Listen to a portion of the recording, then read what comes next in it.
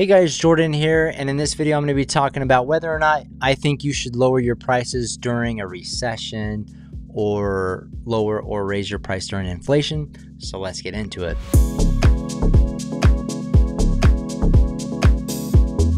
All right, so I talk about real estate photography and the real estate photography business on this channel. So if that's a topic you're interested in, make sure to subscribe.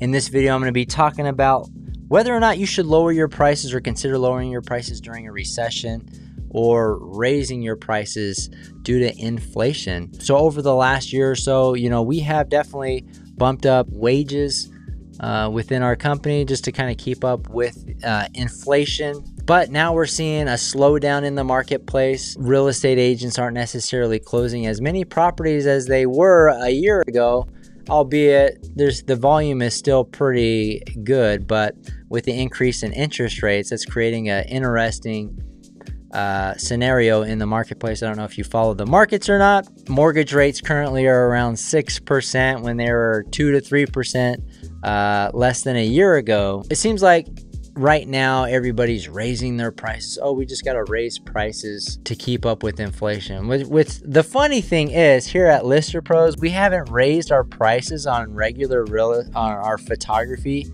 since I started the company back in 2013. And since then, there's probably been a 25% increase in, I guess, inflation, if you think about it, over the 10 years. Yeah, because there's probably 7% over the last year, and then, yeah, just over time. So that's something to think about, right? And when I started the company, I think our entry levels, you start at $10 an hour, and then after 90 days, you get to 19. Now we start at 15 or 16 bucks an hour. So not only have we not raised our prices, we haven't raised our prices at all on the real professional photography, and we've been able to pay our team members almost double what we were paying them 10 years.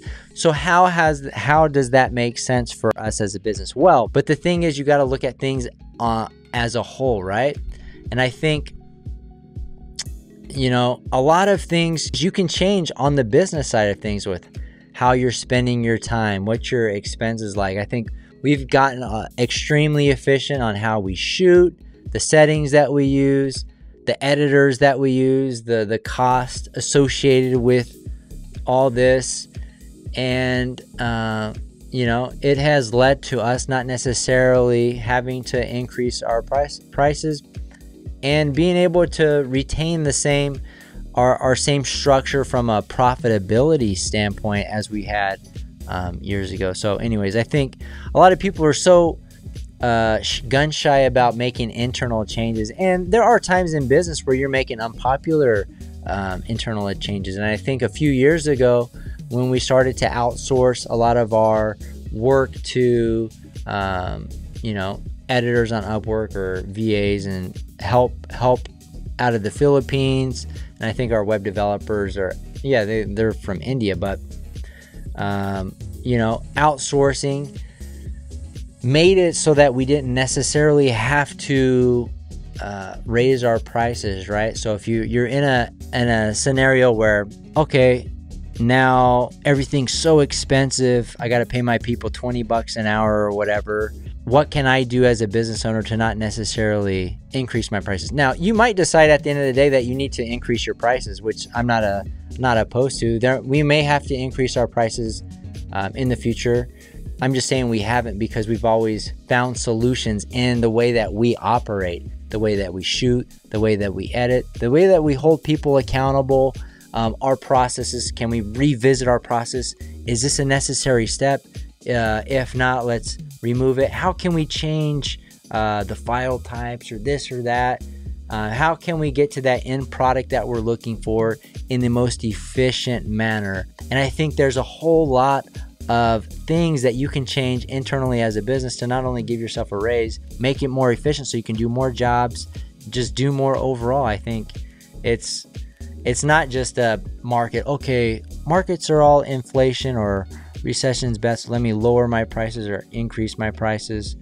I think there is a lot of control on the business side of things, on what you're spending your money, how you're investing. And anyways, So that's kind of a long-winded answer, but that's just some of my thought process around, you know, when you're thinking about raising or lowering your prices depending on what's going on in the market. And definitely, I think it's really important first to look internally and see, okay, what's working, what's not, what can we change to do it. Now, you might exhaust all your options and maybe you're as efficient as you can get, you're running as thin as possible, and you're really skating by and not making much money. Well, then definitely you want to consider increasing your prices if the market can handle it. Otherwise, you might have to make some other type of change within your company or what you're servicing. Or anyways, that's it for this video. If you got value out of it, hit the like button. We'll see you guys on the next one.